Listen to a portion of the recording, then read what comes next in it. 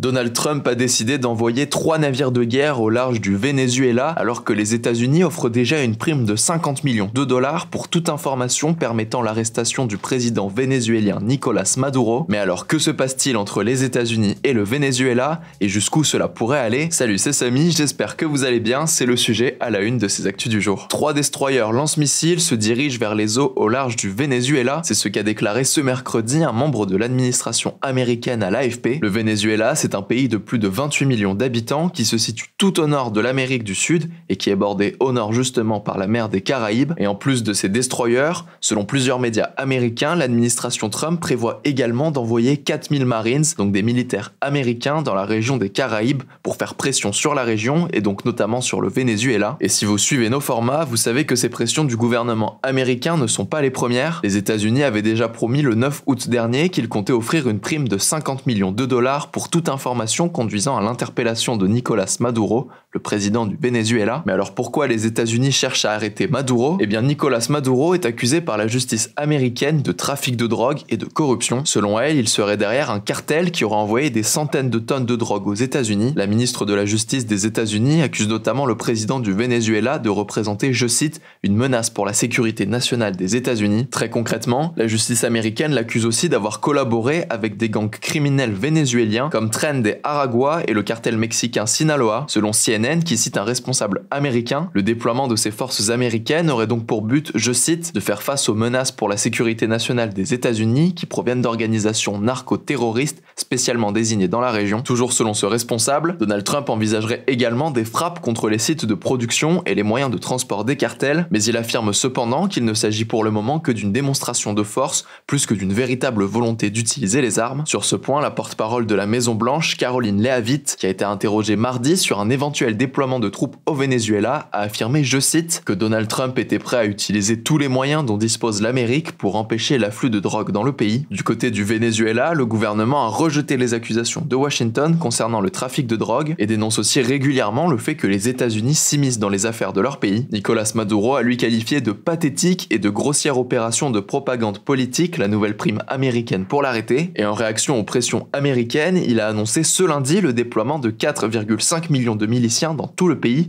pour garantir la sécurité du territoire. Ces miliciens sont pour la plupart des civils volontaires et armés et des réservistes qui obéissent tous au commandement de l'armée. Mais au-delà de toutes ces accusations de trafic de drogue et de cette importante montée des tensions, il faut savoir que cette crise entre les États-Unis et le Venezuela s'étend depuis maintenant plusieurs mois et avait même déjà commencé sous le gouvernement de Joe Biden, l'ancien président des États-Unis. L'un des derniers points majeurs de ces tensions remonte notamment à la réélection de Nicolás Maduro qui a eu lieu en juillet 2024 et qui est vivement contestée par les États-Unis mais aussi par l'Union européenne et plusieurs ONG comme Human Rights Watch. Le scrutin est critiqué pour son opacité, son manque de transparence et par le fait qu'il a aussi été organisé par une instance proche du pouvoir qui aurait donc pu jouer en faveur de l'actuel président Nicolás Maduro. Si le président vénézuélien a reçu le soutien de la Russie et de la Chine, l'Union européenne a déclaré qu'elle ne reconnaissait pas la légitimité démocratique de Nicolás Maduro. Selon les États-Unis, il a même perdu l'élection présidentielle de 2024 et n'a pas le droit de prétendre à la présidence. L'opposition dans son propre pays, qui revendique la victoire à la présidentielle,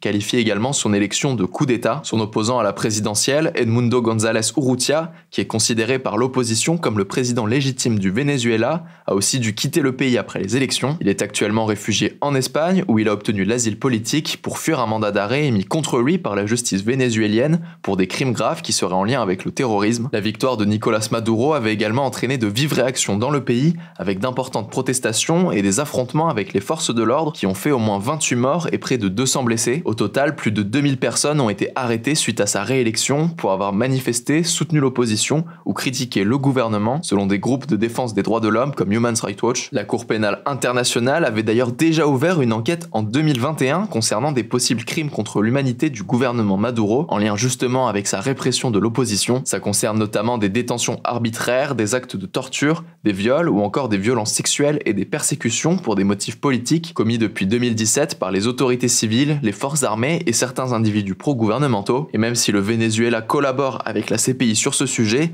aucun suspect n'a encore été identifié. Et rapidement, pour finir, il existe aussi un autre point de tension entre les États-Unis et le Venezuela. Il s'agit de la politique américaine de renvoi de migrants. Depuis la réélection de Donald Trump, les expulsions de migrants vénézuéliens et d'autres nationalités originaires d'Amérique latine se sont renforcées pour réduire le flux migratoire vers les États-Unis, mais ça suscite de vives critiques humanitaires. Sur ce point, le gouvernement vénézuélien a assuré ce mardi que 66 enfants vénézuéliens étaient, je cite, toujours kidnappés aux États-Unis après avoir été séparés de leurs parents lors du processus d'expulsion vers le Venezuela. Le Venezuela exige notamment que les États-Unis remettent les enfants aux autorités vénézuéliennes pour leur retour au pays avec leur famille. À noter que le Venezuela traverse aussi une lourde crise économique, ce qui pousse beaucoup de Vénézuéliens à fuir le pays. En tout cas, vous l'aurez compris, on se retrouve ici face à un véritable bras de fer entre les pays. On suivra évidemment comment tout ça évolue et en attendant, je vous laisse avec Julie pour les actualités en bref. Merci Samy et bonjour à tous. On commence avec cette actu. C'est officiel, après des mois de mise en garde, l'ONU a déclaré l'état de famine à Gaza. Cette annonce concerne plus précisément le gouvernorat de Gaza, une des régions de l'enclave palestinienne. Au total, 500 000 personnes se trouvent actuellement dans un état catastrophique selon les experts cités par l'ONU. Et d'ici fin septembre, l'état de famine devrait même s'étendre à d'autres zones de la bande de Gaza selon l'ONU, portant ainsi le nombre de personnes concernées à 641 000. L'ONU affirme, je cite, que cette situation aurait pu être évitée et pointe du doigt les actions du gouvernement israélien, en particulier les restrictions sur l'entrée et la distribution de l'aide humanitaire et d'autres biens nécessaires à la survie de la population civile dans la bande de Gaza. De son côté, Israël conteste l'ONU. Selon le ministère des Affaires étrangères israélien, il n'y a pas de famine à Gaza. En parallèle, le ministre israélien de la Défense a de nouveau évoqué une possible opération militaire de grande ampleur à Gaza si le Hamas n'acceptait pas un accord de paix dans les conditions voulues par Israël, c'est-à-dire notamment la libération de tous les otages et le désarmement du Hamas. On suivra tout ça sur la chaîne. Deuxième actu, l'autopsie réalisée sur le corps du streamer Jean Portmanov a révélé ce jeudi que les causes probables du décès apparaissent d'origine médicale et ou toxicologique. Concrètement, cela signifie qu'il s'agit soit d'un problème de santé comme une maladie ou un arrêt cardiaque par exemple, soit à l'exposition à des substances comme des médicaments ou de l'alcool. Les médecins considèrent que le décès n'a donc pas une origine traumatique et n'est pas en lien avec l'intervention d'un tiers selon le procureur de la République de Nice. Il relève toutefois la présence de quelques ecchymoses et lésions cicatrisées, plus particulièrement sur les membres inférieurs. Pour rappel, Jean Portmanov est décédé ce lundi lors d'un live sur la plateforme Kik. Il subissait depuis plusieurs mois des violences physiques et psychologiques en live. Naruto, l'un des deux streamers accusés de maltraitance contre Jean Portmanov, a exprimé, je cite, une forme de soulagement suite au résultat de l'autopsie. Selon les déclarations de son avocat, celui-ci a également affirmé auprès du Parisien que les scènes de violence diffusées en direct étaient essentiellement simulées. Une enquête menée par le parquet de Nice est toujours en cours et des analyses complémentaires devraient également être réalisées. Troisième actu, 150 enfants israéliens âgés de 8 à 16 ans se sont vus refuser l'accès au parc de loisirs Tir au vol situé à Port-et-Puymorens dans les Pyrénées-Orientales. Selon la justice, une réservation avait été faite de longue date dans ce parc de parcours de tyrolienne, mais arrivés sur place, l'accès leur a été refusé par le dirigeant de l'établissement. Âgé de 52 ans et inconnu de la justice, le gérant a justifié avoir agi en fonction, je cite, de ses convictions personnelles. Il a été placé en garde à vue ce jeudi pour discrimination fondée sur la religion dans le cadre de l'offre ou de la fourniture d'un bien ou d'un service selon le parquet de Perpignan. En France, ce type de délit est puni d'une peine maximale de 3 ans d'emprisonnement. Le groupe de vacanciers a donc dû être redirigé vers un autre site de loisirs en France. L'Observatoire juif de France a de son côté exprimé une vive indignation dans un communiqué. Une enquête a été ouverte. Quatrième actu, le mur situé à la frontière entre les États-Unis et le Mexique va être repeint en noir, comme l'a demandé Donald Trump,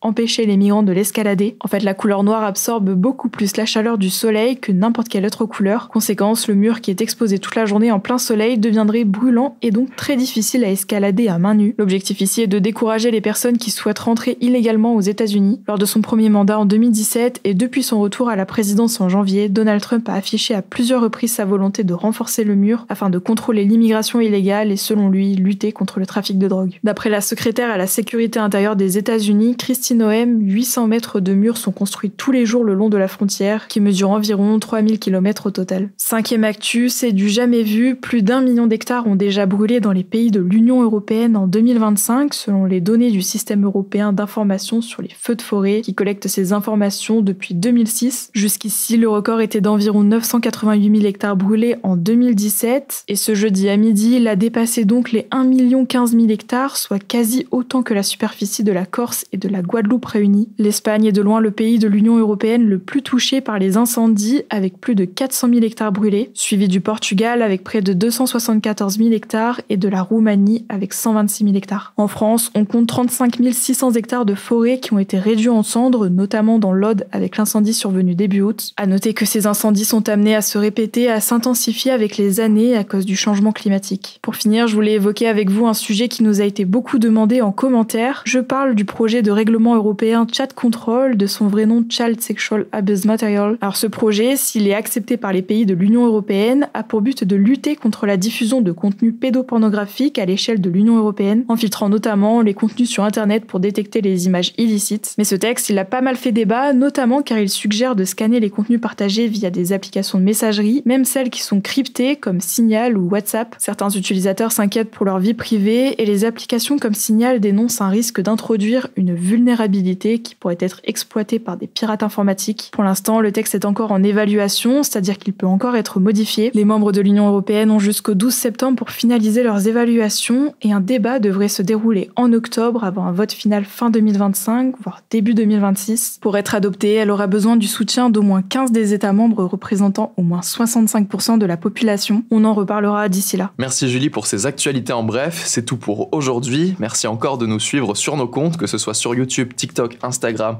ou encore en newsletter. Prenez soin de vous, prenez soin de vos proches et à demain.